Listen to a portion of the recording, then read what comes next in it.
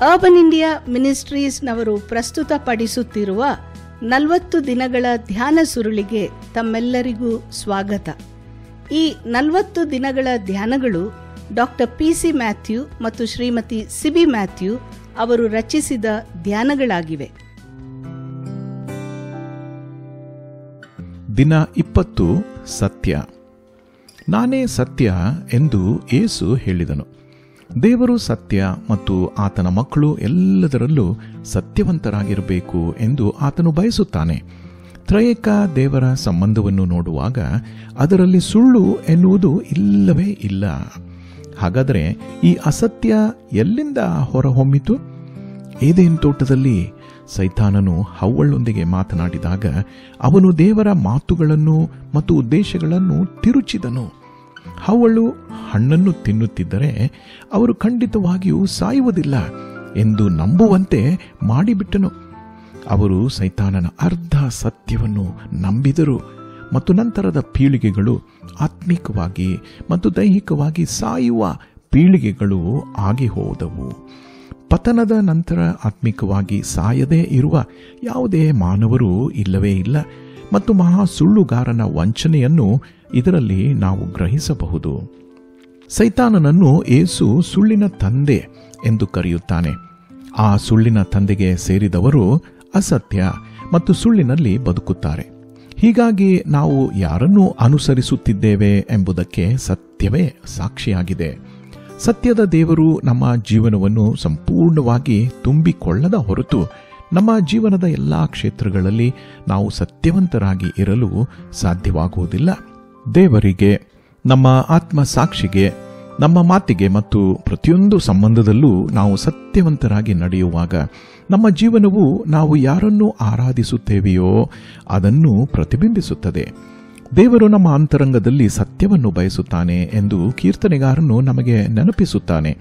ಸತ್ಯ ಮತ್ತು ಸುಳ್ಳಿನ ನಡುವಿನ ವಿವೇಚನೆಯಲ್ಲಿ ನಾವು ಸಾಕಷ್ಟು ಸೂಕ್ಷ್ಮವಾಗಿರಬಹುದು. ನಮ್ಮ ಜೀವನದ ಹಲವಾರು ವಿಷಯಗಳಲ್ಲಿರುವ ಸುಳ್ಳನ್ನು ಬಹಿರಂಗಪಡಿಸಲು ಆತನ ಸತ್ಯವನ್ನು ಬೆಳಗಿಸುವ ಅಗತ್ಯವಿದೆ.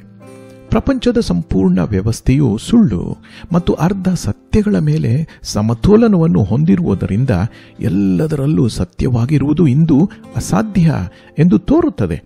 ಪಿಲಾತನು ಯೇಸುವನ್ನು ಸತ್ಯ ಅಂದರೆ ಏನು ಎಂದು ಕೇಳಿದನು. ಆದರೆ ನಂತರ ಸತ್ಯವನ್ನು ತಿಳಿಯದೆ ಹೊರಟು ಹೋದನು. ಸತ್ಯದಲ್ಲಿ ಯೇಸುವಿನಂತೆ ಆಗಲು ನಾವು ಸತ್ಯದ ದೇವರಿಗೆ ಸರಿಯಾದ ಸ್ಥಾನವನ್ನು ನೀಡಿ ನಮ್ಮ ಜೀವನದ ಪ್ರತಿಯೊಂದು ಕ್ಷೇತ್ರವನ್ನು ಆಳಲು ಮತ್ತು ಆಕ್ರಮಿಸಲು ಅವಕಾಶ ಮಾಡಿಕೊಡಬೇಕಾಗಿದೆ. ದೇವರು ಮತ್ತು ಆತನ ವಾಕ್ಯವು ಸತ್ಯವನ್ನು ಗ್ರಹಿಸಲು ನಮಗೆ ಸಹಾಯ ಮಾಡುವ ಅತ್ಯುನ್ನತ ಸಾಧನ ಆಗಬೇಕು. ದೇವರ ಎಲ್ಲ ಆಶೀರ್ವಾದಗಳನ್ನು ಅನುಭವಿಸಲು ನಾವು ಆತನ ಸತ್ಯವನ್ನು ಪಾಲಿಸಬೇಕು. ನಾವು ದೇವರ ಸತ್ಯಗಳನ್ನು ಅನುಸರಿಸುವಾಗ ನಾವು ಈ ಪ್ರಪಂಚದ ಶತ್ರುಗಳಾಗುತ್ತೇವೆ. ನಾವು ಇತರರಿಂದ ದ್ವೇಷಿಸಲ್ಪಡುತ್ತೇವೆ ಮತ್ತು ನಮ್ಮ ಸುತ್ತಲಿನ ಜನರಿಗೆ ನೋವಾಗಿ ಕಾಣಿಸಿಕೊಳ್ಳುತ್ತೇವೆ.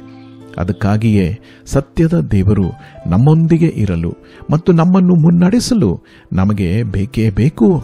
ಆತನು ತನ್ನ ಪ್ರಸನ್ನತೆಯನ್ನು ನಮಗೆ ವಾಗ್ದಾನ ಮಾಡಿದ್ದಾನೆ. ಆದ್ದರಿಂದ ಈ ಅಸತ್ಯ ಜಗತ್ತಿನಲ್ಲಿ ಸತ್ಯವಂತರಾಗಿ ಇರಲು ನಾವು ಧೈರ್ಯಗೊಳ್ಳೋಣ. ಪ್ರಾರ್ಥನೆ ಮಾಡೋಣ. ನನ್ನ ಜೀವನದ ಪ್ರತಿಯೊಂದು ಕ್ಷೇತ್ರವೂ ನಿನ್ನ ಸತ್ಯತೆಯನ್ನು ಪ್ರತಿಬಿಂಬಿಸುವಂತೆ ಕರ್ತನೆ ನನ್ನಲ್ಲಿ ಆಳ್ವಿಕೆ ಮಾಡು. ನನ್ನ ನಡವಳಿಕೆ ಮತ್ತು ಮಾತುಗಳಲ್ಲಿ ದೇವರ ಸತ್ಯವನ್ನು ಪ್ರತಿಬಿಂಬಿಸಲು ನನಗೆ ಸಹಾಯ ಮಾಡು. ಮತ್ತು ಸತ್ಯವು ಜನಪ್ರಿಯವಾಗಿಲ್ಲದಿದ್ದರೂ ಸಹ ನಿನ್ನ ಆತ್ಮನ ಶಕ್ತಿಯಿಂದ ಸತ್ಯದ ಪರವಾಗಿ ನಿಲ್ಲಲು ನನಗೆ ಧೈರ್ಯವನ್ನು ನೀಡು. ಯೇಸುವಿನ ನಾಮದಲ್ಲಿ ಬೇಡಿದ್ದೇವೆ, ಆಮೆನ್. ಈ ಧ್ಯಾನಗಳು ನಿಮಗೆ ಆಶೀರ್ವಾದವಾಗಿವೆ ಎಂದು ನಂಬುತ್ತೇವೆ. ಇದನ್ನು ನಿಮ್ಮ ಕುಟುಂಬ ಮತ್ತು ಸ್ನೇಹಿತರಿಗೂ ಸಹ ಕಳುಹಿಸಿರಿ. ಆತನಂತೆ ಆಗುವುದು, ಆತನ ಜೊತೆ ಇರುವುದು, ಆತನಿಗೋಸ್ಕರ ಇರುವುದು ಎಂಬ ಧ್ಯಾನ ಸುರುಳಿಗಳು ಇಂಗ್ಲಿಷ್ನಲ್ಲಿ ಲಭ್ಯವಿದೆ. ಅದನ್ನು urbanindia.org ಯಲ್ಲಿ ನೀವು ಕೊಳ್ಳಬಹುದು.